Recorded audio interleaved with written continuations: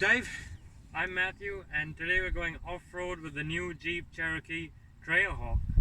Yep, we're going to go and get down and dirty. Well, not too much because we have to give it back relatively clean.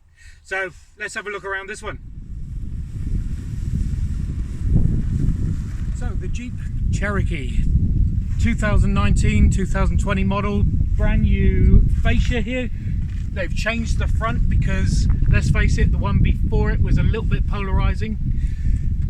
LED lights all around, actually front and rear. Much better departure and approach angle. Well, approach here, departure around the rear, obviously. Modern, sleeker look up front. Still going to be polarizing for some. I actually quite like it.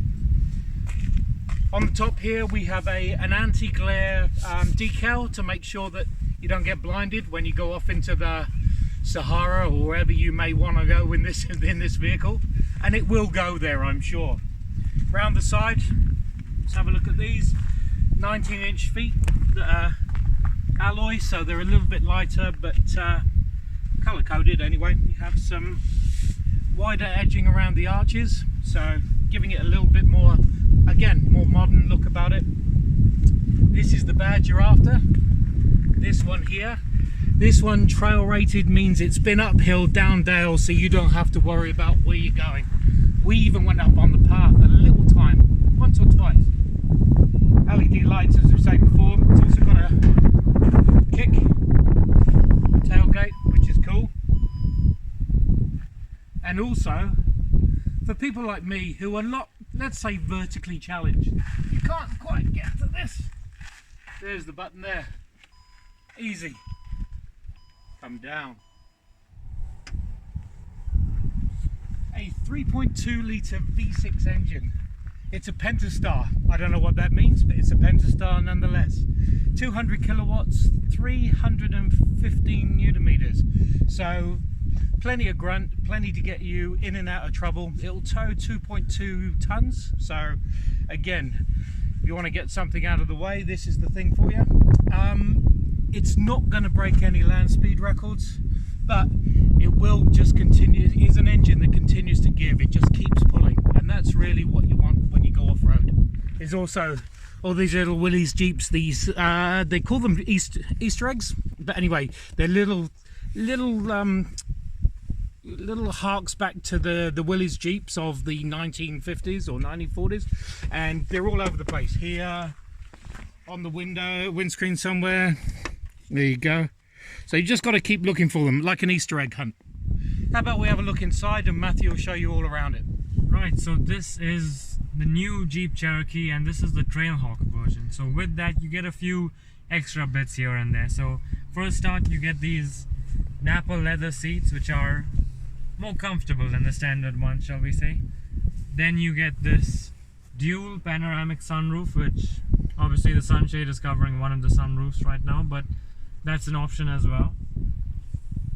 There's a relatively large and odd shaped gear knob here, which I'm not too much of a fan of, but it's there. It's right next to the mode selector. So being a proper off-road vehicle, you've got a four-wheel drive low range gearbox, you've got downhill descent control, you've got various modes, snow, sand, mud, rock, all the kind of stuff that you'll need for some proper off-roading, because this is a Jeep and it is a Trailhawk. You've got Jeep's famous Uconnect system, which is, as ever, simple and easy to use, but maybe a little slow, but it's convenient. And one of the interesting quirks about this car is what seems to be the world's longest glove box. I can fit almost half my arm inside the glove box, and I kid you not, I'm not even all the way to the end. There's plenty of storage space on the inside of this Jeep. Both the doors have huge bottle holders. There's two cup holders here, and then funny shaped slot here, possibly for a small phone. There's another slot over here for another phone. There is the big glove box, which I've shown you already.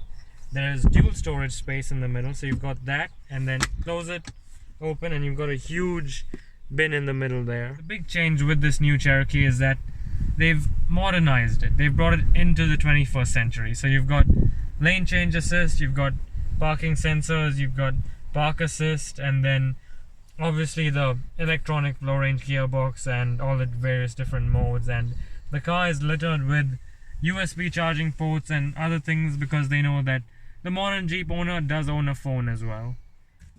The Cherokee is a fairly large SUV, so normally you'd expect that there'd be plenty of space in this interior, and there is.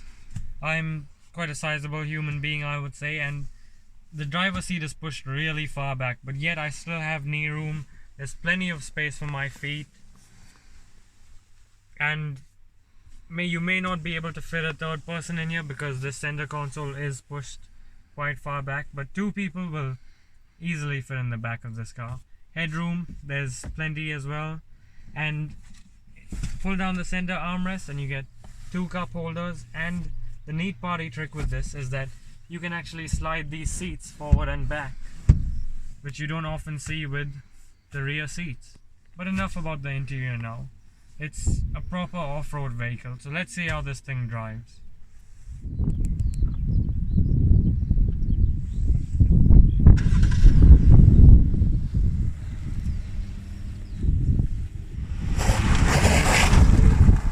So the Jeep Cherokee is basically the more refined off-roader from Jeep. So it's a little bit more civilized, not as civilized as the Grand Cherokee, but certainly more civilized. But in the past, it's been lacking some of the modern conveniences such as lane keep assist, cruise control, park assist. Because it's so big, nobody can park it apparently. I'm joking, but you know, we need help apparently nowadays. Now with this new latest model, it's been brought up to speed and up to date. So it's just taking a very, very, very competent off-roader and making it civilized. Like, the Jeep was always, this Cherokee was always, you know, capable off-road car, as Dave said, but with this Trailhawk version, not only is it trail rated, so it builds on that off-road worthiness, but on the inside there's Napa leather and there's softer touches, and it's just more comfortable and it's more practical with its kick tailgate, and it's usable. It's now become that kind of off-roader that you're going to see in the city more than off-road, frankly. Yeah, and that's really it. I mean, the majority of Jeeps just aren't used for going off-road, and you know, gone are the days of going to battle.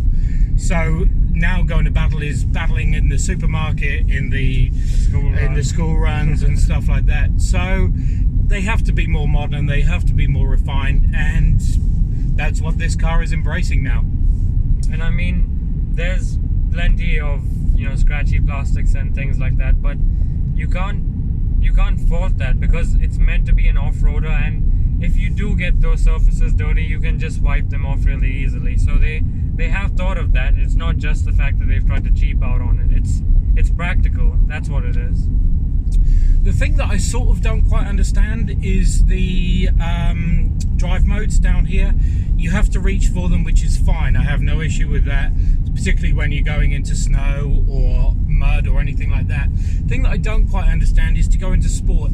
There's no button just to flick over and then engage the sport side of things. I mean, it's not a sporty SUV anyway, but it's still, I think you should be able to just flick a thing over and away you go into sports mode. But, you know, small things, right? On the whole, it's quiet. The road noise is not bad at all. The V6 engine has got a lovely note to it. Cornering is, you know, is an event. I think, you know, it's not, you can't take corners too rapidly.